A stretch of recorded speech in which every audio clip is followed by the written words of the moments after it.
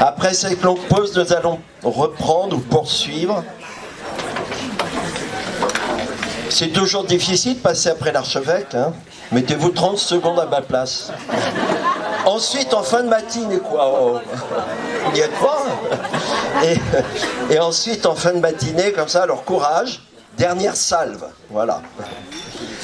Mais moi, je suis très heureux de cette matinée. D'abord, encore une fois, merci beaucoup à chacun et chacune d'être là. Prenons conscience que quand on regarde un petit peu le profil ou notre place dans le diocèse, nous sommes tous à différents niveaux, dans différents secteurs, en responsabilité de transmission de la foi. Et à partir de ce moment-là, nous sommes tous concernés au premier chef par les questions que nous portons depuis ce matin. Que chacun qui est là puisse, au fur et à mesure que nous avançons dans notre matinée, se dire ben tiens, ce que j'entends, ce que je reçois, quel impact ça va avoir dans mon action dès demain matin, dès lundi, dès mardi, au jour le jour. Quel que soit le lieu, que ce soit en catéchèse, en catéchuménat, en préparation sacrement, hein, beaucoup sont là aussi, dans la pastorale santé et dans tant d'autres domaines, en liturgie, dans tant d'autres domaines, dans tous les domaines, les questions de la transmission de la foi sont évidemment au cœur. Notre évêque disait tout à l'heure, en citant Evangelii Nunciandi, s'il n'y a pas d'annonce, l'Église n'a pas de raison d'être. L'Église existe pour annoncer, pour évangéliser. Sinon, elle n'existe pas. Elle n'a pas de raison d'être. Et donc, nous sommes en charge de cela. Alors, est en train de vous être distribué un petit papier, ou 3 feuilles tout au moins, 1 pour 2. Nous mettrons ces informations, ces documents sur le site du diocèse. Notre responsable de communication le fera avec grand plaisir, j'imagine. Merci beaucoup. Donc vous pourrez récupérer aussi ces documents, ces feuilles. J'ai intitulé mon intervention le kérigme. Quelle nouvelle orientation missionnaire. Vous avez le plan qui vous est mis ici, celui que vous avez sous les yeux, c'est le même qui va vous être projeté ici pour ceux qui n'ont pas la feuille directement sous les yeux. Et puis quelques éléments complémentaires que je vais donner. De fait, donc une introduction, puis après j'aborderai la question de la conversion missionnaire de la catéchèse, mot que nous avons entendu déjà ce matin, conversion missionnaire, la catéchèse étant conversion missionnaire aussi. Deuxième temps, kérigme et évangile. On va faire un petit exercice de précision de vocabulaire. Qu'est-ce que cela veut dire ? Qu'est-ce qu'on entend par évangile ? Ben oui, c'est pas seulement que bonne nouvelle. Qu'est-ce qu'on entend par kérigme ? Et que nous ne restions pas dans l'idée que c'est un jargon qui est loin de nous, au contraire. Précision de vocabulaire, non pas pour faire savant, mais pour mieux articuler, en fait, notre réflexion. Et troisième temps, les principales caractéristiques du kérigme, parce que nous avons beaucoup d'éléments à découvrir qui sont tout à fait opératoires pour nous aujourd'hui et au jour le jour. Alors, quelle orientation missionnaire ? C'est une question d'actualité, mon introduction. Je pense que l'intervention de notre évêque tout à l'heure me dispense de développer ce point. Il est clair que nous sommes appelés, depuis longtemps déjà en Église, et dans la société, à vivre une conversion missionnaire, chacun de nous est en communauté au pluriel constituée. Quelle que soit la communauté, nous avons à être en conversion missionnaire et de fait, comment s'y prendre ? Est-ce qu'il s'agit d'aller tout de suite reprendre des flambeaux qu'on aurait perdus et d'aller un petit peu triomphant sur les places publiques, peut-être ? Est-ce qu'il n'y a pas un travail plus intérieur ? Notre évêque terminait sur ce point tout à l'heure. La conversion spirituelle intérieure est peut-être là la première attitude à avoir, ce chemin de conversion, à l'identifier et à le vivre. C'est une question d'actualité, il y a urgence. Notre monde va mal et notre monde a besoin, de fait, d'un message qui soit nouveau et qui soit bon. Autrement dit, d'une bonne nouvelle. Et donc c'est en ce sens que nous ne pouvons pas passer à côté de cette mission qui nous est confiée, de nous redire comment est-ce que je peux réfléchir et transformer ma manière de vivre ma foi pour mieux en témoigner. Ensuite, deuxième tiré de cette introduction, kérigme, c'est un mot barbare, commençons, enfin barbare, un mot grec, voilà, plutôt, plus précisément. C'est la translittération mot à mot d'un mot grec, kérigme, kerugme. Et donc, c'est intéressant de dire apanthéon-bambon, c'est un mot qu'on n'a pas traduit puisqu'on continue de le dire en grec. Hein, kérigme, encore une fois, c'est un mot grec.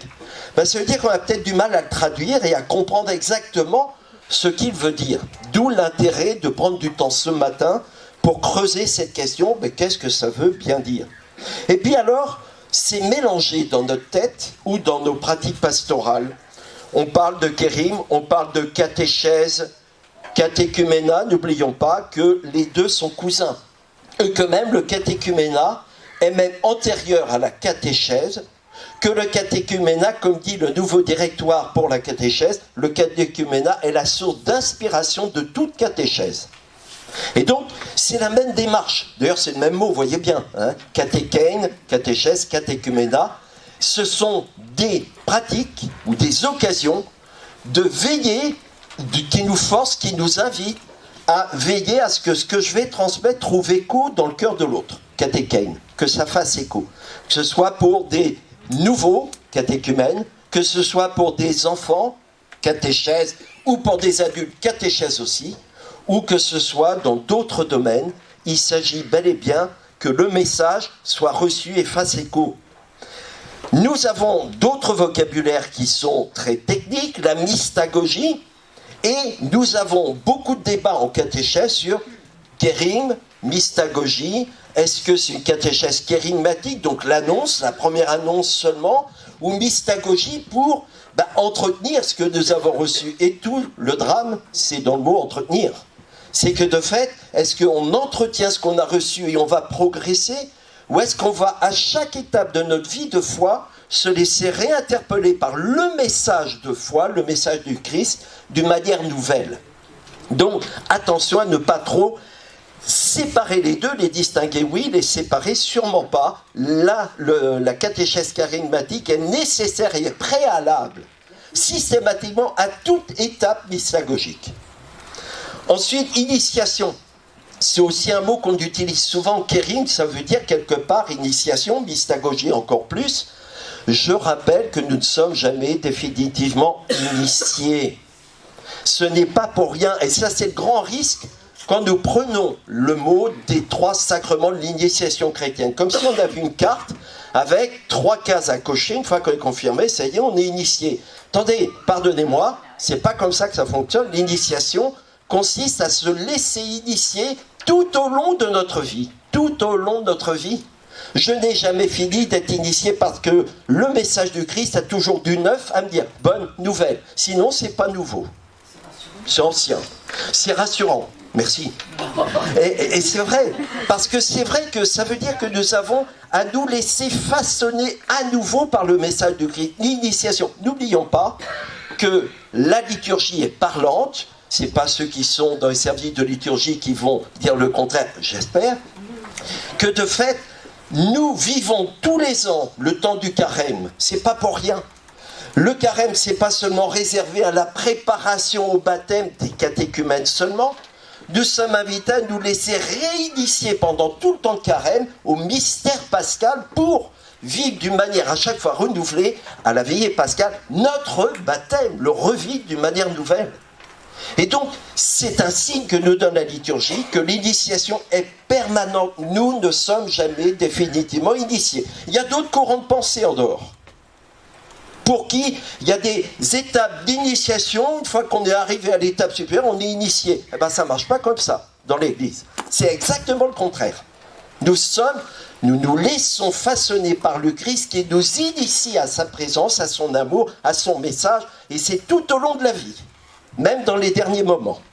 C'est peut-être ça, accompagner vers la mort pour mourir de la dignité. C'est accepter que le Seigneur continue de m'initier alors que je suis déjà sur mon lit condamné. Mais je ne reviens pas sur ce que mon Seigneur disait tout à l'heure. Comment s'y retrouver? Parce que nous avons des mélanges. Quand on dit le premier tiré, kérim, annonce, évangélisation, mission, comment ça s'articule? Est-ce que le kérim, c'est seulement, tiens, je fais une annonce, Ça, c'était le grand danger il y a quelques années en catéchèse. La première annonce. Ah oui, on fait une première annonce. Une fois qu'on l'a faite, c'est fini. Eh ben justement, le Kérigme vient de nous dire ce n'est jamais fini. Nous avons besoin d'annoncer, de réannoncer. Si c'est première annonce, ça veut dire qu'il y en a plein derrière. C'est comme la première communion.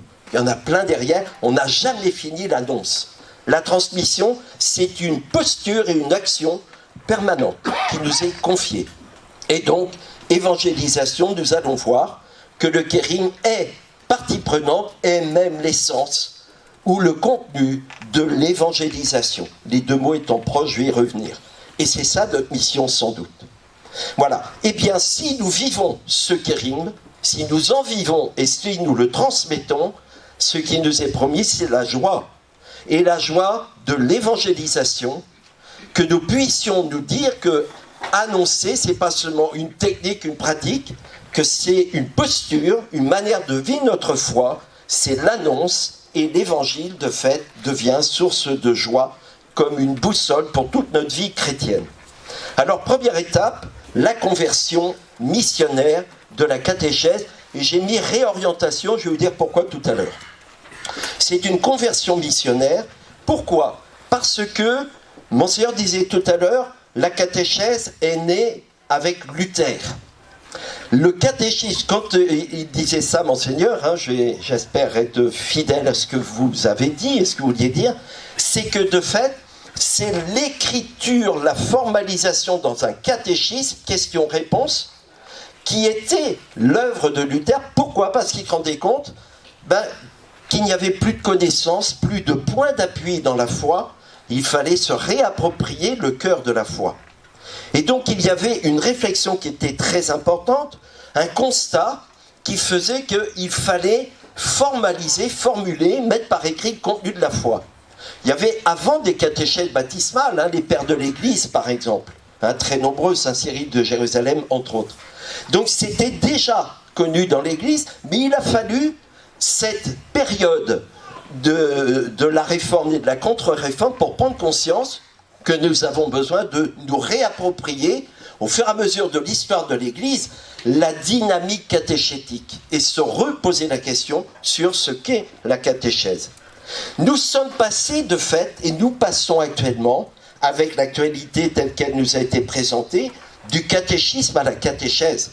Le catéchisme, c'est le contenu de la foi, la catéchèse, c'est la manière d'abord de recevoir ce contenu, de vivre de ce contenu et de transmettre non seulement le contenu, mais aussi la manière dont nous l'avons reçu. Ça s'appelle le témoignage.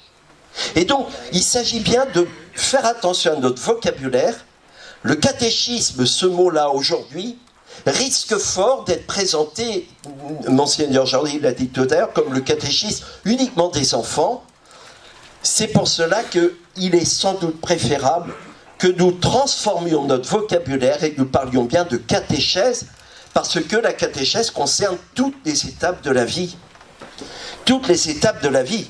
Ce n'est pas seulement le catéchisme des enfants. Quand nous avons monté cette journée, toute l'équipe de préparation, beaucoup ont répondu dans une première attitude, « Ah si c'est les catéchèses, c'est pas pour nous. » Oui, parce qu'on ne fait pas du caté. Eh si, ça concerne tout croyant. La catéchèse, la dynamique catéchétique, concerne tout croyant, parce que nous sommes censés, appelés, convoqués à transmettre notre foi, au moins en témoigner. Et donc, privilégions le mot catéchèse. Et c'est pour cela que nous passons, si vous voulez, là aussi du vocabulaire, de catéchiste, dame caté, que nous saluons parce qu'il y a beaucoup de respect à avoir pour les dames catées, comme on dit souvent. Il faut surtout continuer, mesdames catées. Mais attention, ce n'est pas seulement les dames catées qui sont visées dans la dynamique catéchétique.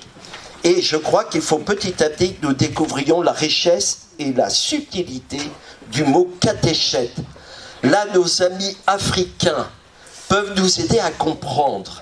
Parce que, en Afrique, certains pourraient prendre la parole, en Afrique, quand on dit catéchète, c'est pas quelqu'un qui fait le catéchisme des enfants, c'est quelqu'un qui est au service de l'organisation de la vie d'une communauté, dans toutes ses dimensions.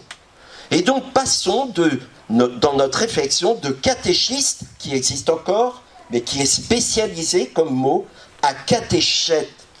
Et la preuve en est, c'est qu'il est en train d'être mis en place un nouveau ministère. Le ministère, pour l'instant, la traduction, c'est catéchiste ou catéchète. Justement, les deux sont pour l'instant admis pour bien montrer que, comme il y a un ministère de lecteurs, un ministère d'acolytes, eh bien, va se mettre en place un ministère de catéchète, identifié dans une communauté comme porteur de ce souci et de cette mission de la transmission de la foi.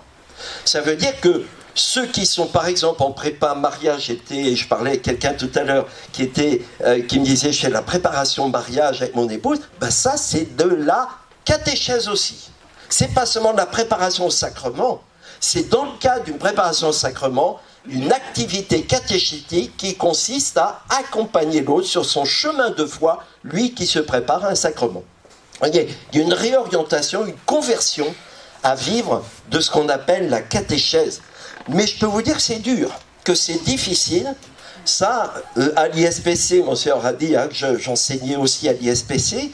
À l'ISPC, l'Institut supérieur de pastoral catéchétique, je veux dire, on rame pour ça, parce que les habitudes sont tenaces. Et quand on dit catéchèse, ouais, c'est le catéchisme des enfants, ben, en disant c'est réservé à des spécialistes. Non, catéchèse, c'est plus large que ça implique, ça intègre le catéchisme des enfants, mais faisons attention au vocabulaire. Et là, nous avons à vivre une conversion. Point 1.2, justement le directoire pour la catéchèse. Il est récent, décembre 2020. Et le directoire, il a... On peut peut-être tourner. Ah, pour vous... Ah non, pas encore. Le directoire pour la catéchèse, donc il a été publié en 2020. Il insiste beaucoup sur ce point. Il insiste beaucoup sur cette réorientation, cette conversion missionnaire. Quand on dit réorientation, c'est comme un appel. Alors c'est une brique, hein, Monsieur l'avait montré tout à l'heure. Le directoire pour la catéchèse, c'est un petit peu épais. Mais prenons le temps de le découvrir. Nous sommes tous concernés par ce document. Il mérite que nous le travaillions. À l'ISPC, justement, tous les ans, nous avons commencé par faire un séminaire de recherche de 6 jours, hein, en 2 sessions de 3 jours. On a commencé dès la sortie du directoire. On en est déjà à la 5e proposition de séminaire parce que de plus en plus nombreuses sont les personnes qui se laissent toucher par les thématiques et les problématiques qui sont dans le directoire. Mais on n'a jamais fini. On a un séminaire qui va démarrer dans 3 semaines à nouveau, qui permet de prendre conscience qu'il y a encore à réfléchir, à vivre et à se saisir de cette conversion missionnaire qui est ici dans le directoire pour la catéchèse. Et puis, Monsieur le disait, catéchèse, c'est plus seulement la congrégation pour le clergé, c'est la congrégation pour la nouvelle évangélisation qui en est l'auteur et le promoteur. Pour vous donner une idée de cette conversion missionnaire signifiée, marquée dans ce directoire, je vais vous donner quelques vocabulaires, et vous l'avez dans la 2e page de votre petit papier.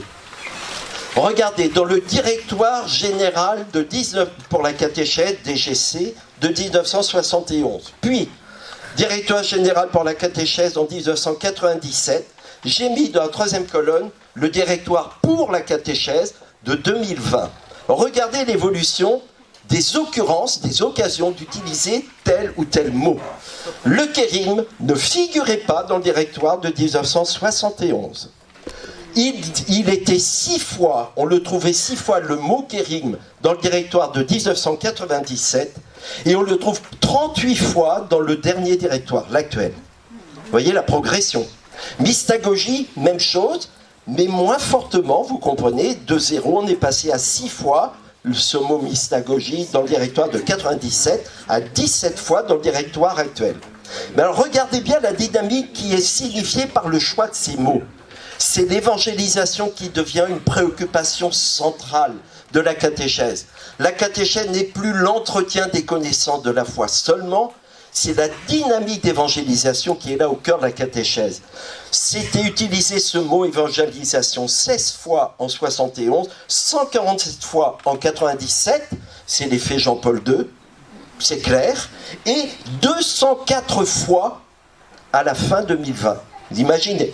Mission, 12 fois en 71, 147 fois en 97, 173 fois en 2020, dont l'adjectif missionnaire. La conversion, 5 fois en 71, 38 fois en 97, 42 fois en 2020. Mais alors le pape, on le connaît maintenant, parce que quand il écrit, c'est bien du pape François. Et on commence à s'habituer à son vocabulaire. Il vient souvent sous sa plume et dans sa bouche le mot conversion. Conversion 5 fois en 71, 38 fois en 97, 42 fois en 2000 et dynamique. S'il y a une conversion, c'est qu'il y a une dynamique. On n'en parlait pas en 71. Ça a été utilisé 14 fois en 97, 51 fois dans le dernier directoire. Le pape aime beaucoup aussi dire que la catéchèse, la vie de foi, la catéchèse, la transmission de la foi nécessite de se trouver, de se sentir impliqué dans un processus.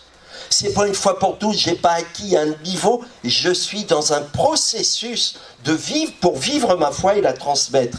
Le mot processus, qui a été utilisé 3 fois en 71, non pas pour la catéchèse mais dans d'autres phrases, apparaît en 97, 83 fois et 111 fois en 2020. Le pape insiste beaucoup sur la notion d'itinéraire. 19 fois, c'est le deuxième, itinéraire, 19 fois en 97, 36 fois en 2020. Expérience, la vie de foi nécessite de vivre une expérience avec le Christ. Tout à l'heure, nous parlions de rencontre de Jésus le Christ, une rencontre qui ouvre à une expérience commune avec lui. J'expérimente, c'est ça la foi chrétienne, j'expérimente cette proximité, cette intimité avec le Christ. C'est une véritable expérience à laquelle nous sommes appelés. Accompagner un catéchumène, c'est pas lui dire faut que tu découvres et t'apprennes la vie de Jésus seulement. C'est en apprenant la vie de Jésus, tu vas vivre une expérience. Le Christ va t'accompagner dans ta vie 156 fois dans le dernier directoire. Il en va d'un témoignage, 109 fois, alors nous étions à 33 en 71, et ce qui sous-tend tout cela, c'est la dynamique de l'amour, 71 fois en 2020. J'espère que ça vous parle, parce que je trouve que ces occurrences, l'utilisation de ces mots, je trouve que ça nous permet de comprendre ce que le pape veut dire quand il parle de conversion et de conversion missionnaire, à commencer par la conversion catéchétique. Ça va jusque-là? Deuxième point. Kérigme et évangile. Précision de vocabulaire. Je commence par évangile. Beaucoup ici m'ont déjà entendu parler de cela. Mais je crois que c'est important de le redire. Nous avons une conception justement qui n'est pas de l'ordre d'un processus, ni d'un itinéraire quand on parle d'évangile. Là aussi, conversion nécessaire. Évangile, on est tous contents de donner la traduction, ça veut dire bonne nouvelle. Ben oui, c'est bien, mais ça ne suffit pas. Encore faut-il qu'elle soit bonne et qu'elle soit nouvelle. Ben ouais. Eh oui, parce que si on dit c'est l'évangile de Jésus, oui, je connais, il a vécu, il est né à Nazareth, à Bethléem, il est mort à Jérusalem, il est ressuscité, puis voilà, quoi, ça y est, je sais en gros quoi son histoire. Ça, c'est du surplace, ça, c'est que de la connaissance, mais ça ne me fait pas vivre. D'accord? Évangile, et puis il n'y a plus rien de nouveau. Nous, les vieux baptisés déjà, on risque trop d'être comme des vieux couples, à plus avoir à se dire grand-chose au bout de beaucoup d'années. Au total, cette rencontre avec le Seigneur n'est pas féconde. On se connaît tellement, on pense se connaître tellement qu'on n'a plus rien à se dire. Ah non, on a quelque chose à vivre de sponsal, de toujours nouveau. Le Christ a du neuf à nous dire à chaque fois. Puis nous, on a aussi des choses à lui confier chaque jour nouvelles. Eh bien, évangile, en quoi est-ce que c'est nouveau?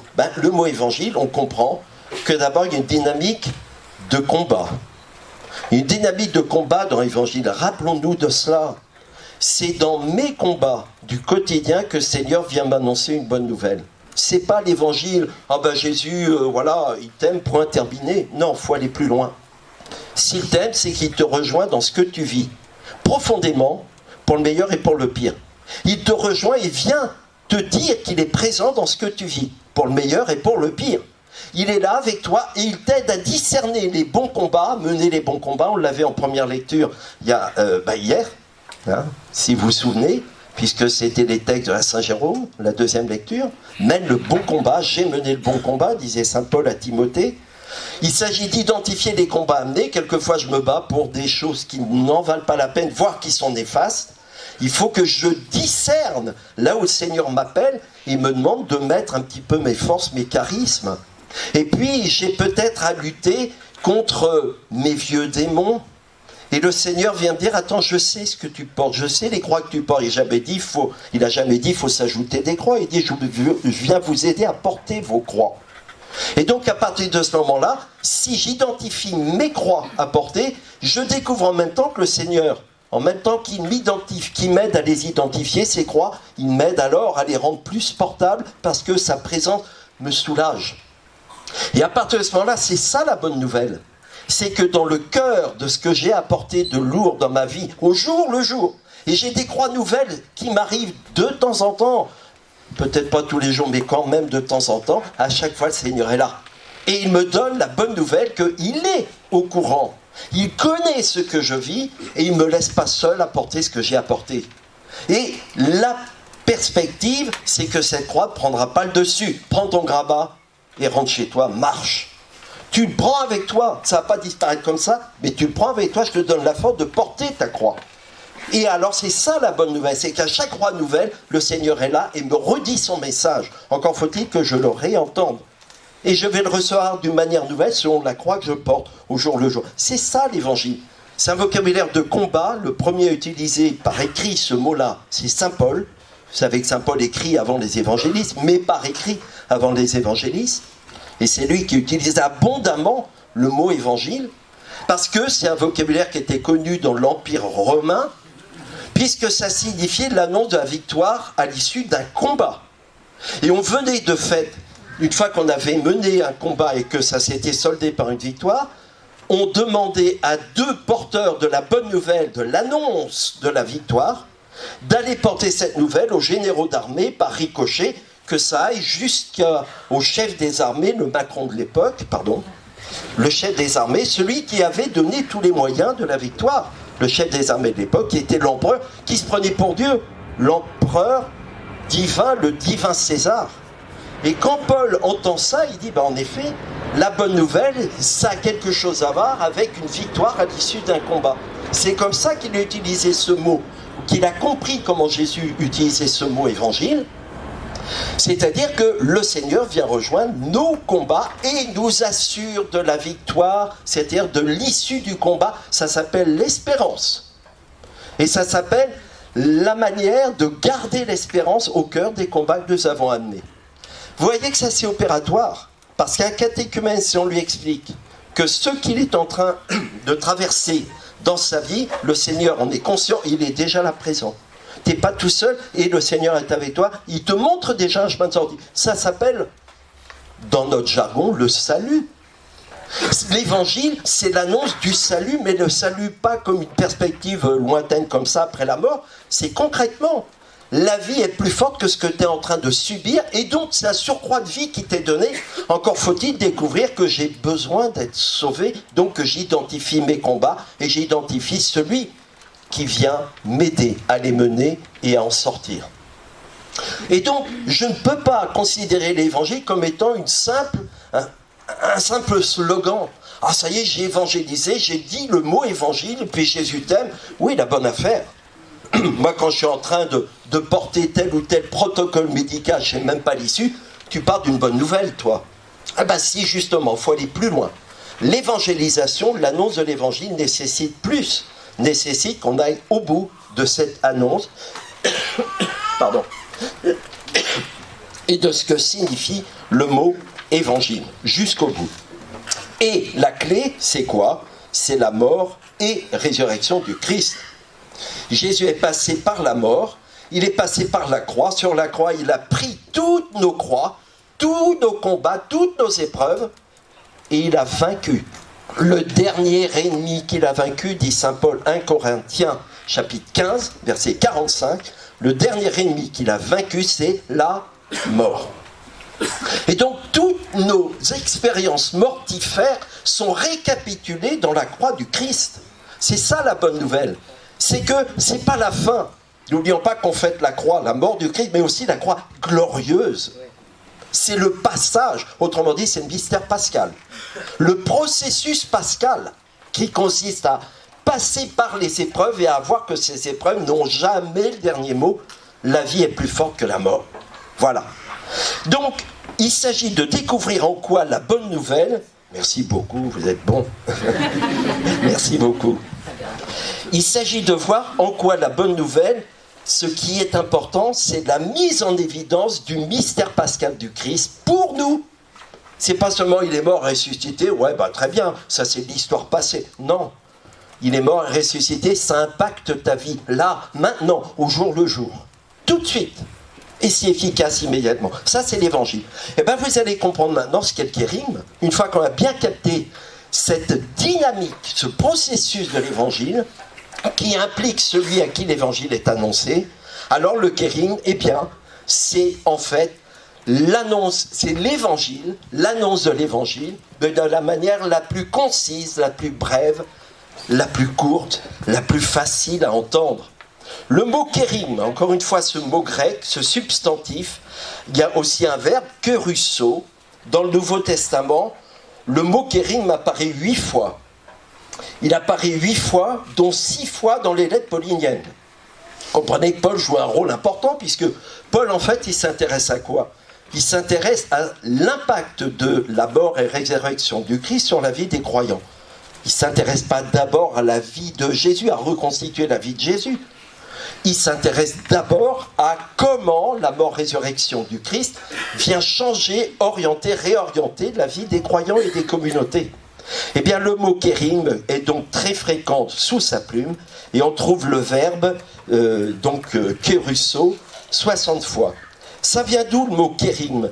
Ça, en fait, l'origine, c'est kérux, alors, pas à peine d'écrire tout ça, vous inquiétez pas. C'était qui? C'était en fait la personne, le héros AUT, chargé des proclamations officielles dans le monde dans lequel vivait Saint Paul, et avant dans lequel vivait Jésus, le monde de l'Empire romain. On dirait aujourd'hui le garde champêtre, enfin il y a quelques cinquantaine d'années, le garde champêtre qui donnait les nouvelles officielles, hein. On a aussi ces images dans les films, hein. C'est ça, le kérux, celui qui vient annoncer les nouvelles officielles. Et donc ça a quelque chose d'une proclamation kérigme. C'est pas seulement le contenu, c'est la manière d'informer, de transmettre ce message, cette annonce officielle en fait. Il s'agit donc du contenu et de l'annonce. Hein, et de l'annonce et de l'action d'annoncer. Voilà. Hein. Alors on peut le traduire de plein de manières. C'est la prédication, c'est la proclamation, c'est le message lui-même, mais pas seulement. Au total, c'est un mot qui est quasi synonyme du mot évangile, mais tel que je l'ai expliqué tout à l'heure. Évangile, c'est pas avec un petit E, un livre écrit par Matthieu, Marc seulement, ça c'est qu'au 2e, 3e siècle, qu'on se met à qualifier les écrits de Marc, de Matthieu, de Jean, de Luc comme évangile, c'est beaucoup plus tard. Le mot évangile avec un grand E, c'est en fait cette dynamique, l'annonce de la victoire à l'issue d'un combat. Eh bien, le kérigme est la formulation la plus courte de l'évangile. Et ça, je suis à mon point 2.2, mais s'il y a une définition courte du kérigme, à savoir Jésus-Christ est mort et ressuscité pour nous. D'accord? Ça, c'est la formule brève. La formule brève, comme disait Jean Danielou, en fait, le contenu du kérigme, c'est un contenu brut, bref, explicite, comme il dit, sans développement du détail. Ça, c'est l'annonce brute. Il est mort et ressuscité, mais pour nous. Saint Paul insistera beaucoup sur le pour nous. Qu'est-ce que ça change pour moi? Qu'est-ce que ça change pour moi? Je vous ai mis dans la 3e page, sur la 3e feuille, qui vous a été distribuée, je vous ai mis quelques formulations du kérigme. 1 Corinthiens, nous proclamons, nous, un Messie crucifié. Proclamons, c'est le verbe. Hein, kerusso. Scandale pour les Juifs, folie pour les païens. 1 Corinthiens 2. Je n'ai rien voulu savoir parmi vous, sinon Jésus-Christ et Jésus-Christ crucifié. C'est ça le contenu de notre foi, le résumé de notre foi, le cœur l'alpha et l'oméga, non seulement de l'histoire, mais notre foi, de toute notre foi. 1 Corinthiens 15, si Christ n'est pas ressuscité, notre kérigme, prédication, est vide, et vide aussi est votre foi. C'est-à-dire que c'est le contenu le plus bref, le plus court. Et je vous ai mis donc sur la 3e feuille un ensemble de formulations du kérigme, parce que non seulement c'est une formule brève, encore une fois, Jésus-Christ est mort et ressuscité pour nous, mais encore après, encore faut-il adapter ce message à la situation qui est la mienne, mais aussi à la situation dans laquelle vit l'autre. Et j'aime beaucoup des formulations telles que le pape nous le donne dans Evangelii Gaudium sur la bouche du catéchiste ou du catéchète. Revient toujours la première annonce, à savoir, là il le dit dans son de Kérigme, Jésus-Christ t'aime, il a donné sa vie pour te sauver et maintenant il est à tes côtés chaque jour pour t'éclairer, te fortifier, te libérer. D'accord? Donc c'est-à-dire ça va jusque là. Aujourd'hui c'est le maintenant qui est important. C'est pas seulement une histoire passée, il est mort ressuscité. Oui, mais ça a un impact maintenant. Et puis il y a, je crois, une autre formulation pour les jeunes. Dans Christus vivit, vous avez tout ça sur les feuilles. Hein. Il est en toi, il est avec toi et jamais ne t'abandonne. Tu as beau t'éloigner, le ressuscité est là, t'appelant et t'attendant. T'attendant, il a envie de toi, il a le désir, mon Seigneur parlait du désir de Dieu. Il t'attend pour te recommencer. Quand tu te sens vieilli, il s'adresse aux jeunes. Quand tu te sens vieilli par la tristesse, les rancœurs, les peurs, les doutes, les échecs, il sera toujours là pour te redonner force et espérance. Voilà le kérigme. Mais voilà des formulations de l'autre phrase que je vous ai dit, Jésus-Christ est mort et ressuscité pour nous. C'est le même message. Vous voyez bien, le message est immuable, le contenu est immuable. La formulation, nous devons la travailler. C'est notre mission de responsable de la transmission. Est-ce que ça va? Donc prenez le temps de lire hein, toutes ces formulations. Alors de fait, les principales caractéristiques de kérigme, j'en arrive à mon 3e et dernier point. Ça va? Il vous paraît évident, avec cette formulation, ou ces formulations, que c'est un contenu christologique qu'il faut mettre en avant, et Pascal, notre évêque l'a dit ce matin, avec Jean-Paul II, c'est tout sur le Christ, retour au Christ, et Benoît XVI qui a réinsisté abondamment, il ne peut pas y avoir de catéchèse, de transmission de la foi sans référence au Christ. Certains catéchistes, un jour, j'en faisais souvent la remarque hein, dans les paroisses où je suis passé, je le cite souvent, une sortie de séance cathé, on avait une séance cathé sur Abraham, une séance cathé sur David. Oh, ça s'est bien passé, hein, ils étaient... Je dis, oui d'accord, et vous avez parlé de Jésus-Christ?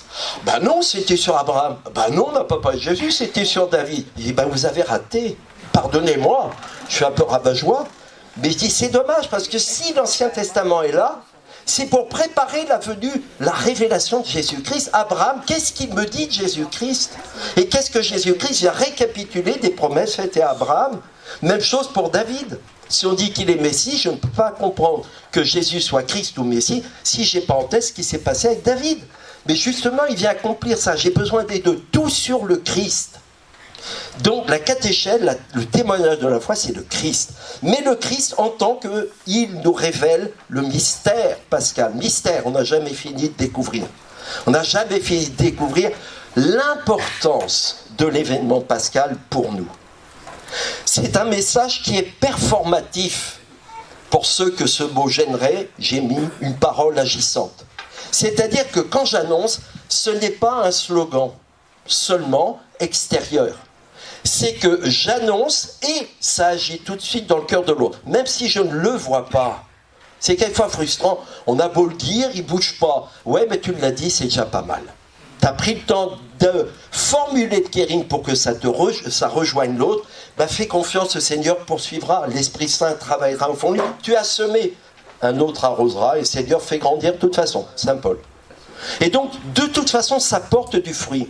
Jean-Baptiste, c'est ce qu'il faisait, il annonçait le royaume, puis après il est parti, il a laissé la main, si je peux dire, c'est Jésus qui prend la suite. Hein. Le discours de Pierre, dans les Actes des Apôtres, le discours de Pierre, il provoque tout de suite, par le kérigme, au début des Actes des Apôtres, foi et espérance, des conversions sans nombre. Eh bien, gardons en tête que cela, quand on annonce, ne reste jamais sans suite. Paul, c'est ce qu'il fait quand il dit, de fait, eh bien, j'annonce le Christ, et il voit bien l'effet dans les communautés. Annoncer le Christ, cela agit. Et au-delà de l'annonce, il s'agit d'une rencontre, mais pas seulement d'une rencontre et de plusieurs rencontres, c'est-à-dire d'un compagnonnage qui se met en route, chemin faisant, synodant avec le Christ. C'est-à-dire que je fais chemin avec lui parce que j'ai mis en intimité, en relation, le catéchumène ou le catéchisé ou l'adulte qui se prépare au mariage ou autre. Et bien de fait, je l'ai mis en contact avec le Seigneur, la rencontre s'est faite, maintenant il va cheminer, il y a un compagnonnage, ce n'est pas fini. Et au total, ce que je voudrais vous dire, c'est qu'il n'y a pas de transmission de la foi qui ne soit efficace au sens où elle serait inféconde. Et je termine ce point 3, en disant qu'il y a une dimension cultuelle dans le Kérim, dans l'annonce de ce Jésus-Christ mort et ressuscité. Pour nous, il y a une dimension cultuelle. Vous voulez des phrases qui disent ça, qui confirment? Eh bien, Romains chapitre 1, verset 9. Là, celui-là, vous ne l'avez pas sur vos feuilles. Romains 1, chapitre 9. Vous serez obligé d'aller lire Romains, voilà. Alors, lettre aux Romains, chapitre 1, verset 9. À Dieu, je rends un culte en mon esprit en annonçant l'évangile de son Fils. À Dieu, je rends un culte en mon esprit en annonçant l'évangile de son Fils. C'est un culte. Annoncer le Christ, c'est cultuel. C'est pas seulement à la messe, c'est cultuel. Quand j'annonce l'évangile, il y a une dimension cultuelle. Prenons conscience de cela. On sépare trop, tout ce qui est la dimension liturgie, prière, et puis annonce, foi, et puis charité. Tout ça est lié. Et Paul est le premier à le montrer. Quand il dit, chapitre 15, verset 16, de la lettre aux Romains encore, être un liturge, il faut que nous ayons des liturges, des officiants de Jésus-Christ. Quand il dit liturge, c'est leiturgia. Des liturges de Jésus-Christ en étant consacrés au ministère de l'évangile de Dieu, pour que les autres deviennent offrandes à Dieu. Vous voyez, c'est un vocabulaire cultuel. Et moi, il me plaît de redire que quand on annonce l'évangile, quand je témoigne de ma foi, je fais du culte. C'est pas seulement, je transmets la foi parce que c'est bien de partager, ça c'est très gentil, mais pardonnez-moi, c'est beaucoup plus important et concret que cela. D'accord, dans la deuxième aux Corinthiens, il va parler de répandre la bonne odeur du Christ. En parlant du Christ, en témoignant du Christ, on répand sa bonne odeur. D'accord? Donc ça aussi, c'est un vocabulaire cultuel. Alors, conclusion et ouverture. Ça permet, de fait... il n'y a pas... Ah oui, conclusion, ouverture. Mais je n'ai pas vu une phrase que j'avais ajoutée, elle a dû passer vite. Alors, pardon, laissez. Conclusion ouverte. Le Kérim, c'est donc ce qui est confié en priorité aux disciples missionnaires que nous sommes. Ça veut dire que nous sommes d'abord invités comme disciples à en vivre nous-mêmes. Le Kérim, il faut se le redire au jour le jour. Après tout, on prie bien notre Père tous les jours. Nos pères dans la foi que sont les Juifs, et pas nos frères, nos pères dans la foi que sont les Juifs, prient tous les jours le Shema Israël. On a besoin de faire mémoire pour en vivre au jour le jour. Eh bien, nous avons besoin de nous redire tous les jours.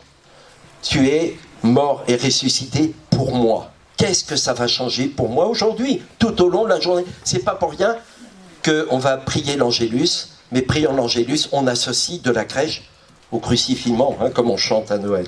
D'accord, Donc n'oublions pas ça. Tous les jours, j'ai besoin de me le redire.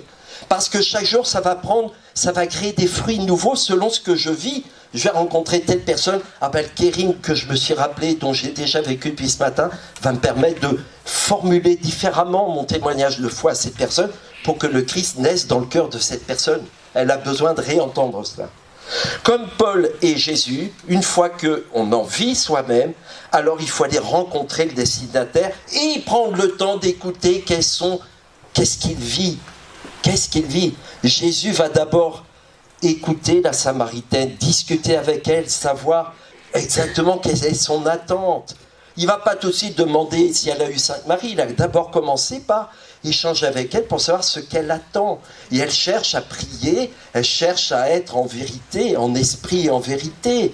D'accord? Donc il commence par écouter cela. Hein, le Bartimée, c'est pareil, il dit pas je sais ce qu'il te faut, tout de suite, tac, je te donne de l'argent, je te guéris, c'est réglé. Non, que veux-tu que je fasse pour toi? Quelle est ton attente? Qu'est-ce que tu vis? Où est ton besoin de salut? Ton chemin de salut? Ben, je vais t'annoncer justement le chemin de salut, qui est la vérité, la vie, lui qui est mort et ressuscité. Et écoutez, accueillir son attente de bonheur, son attente de salut. Pour mieux adapter cette formulation du Kering, autrement dit, faire entrer dans l'histoire de l'autre qui m'est confiée, l'histoire du salut que le Christ a initié et de fait mène à son accomplissement. Et bien voilà, si vous voulez, la conversion missionnaire qui nous est confiée à partir du Kérim et de cette mission confiée à chacun de nous. Nous sommes tous des catéchètes, des responsables de la transmission de la foi. Nous sommes tous porteurs de ce Kérim, à nous d'en vivre, à nous de le transmettre. Je vous en remercie.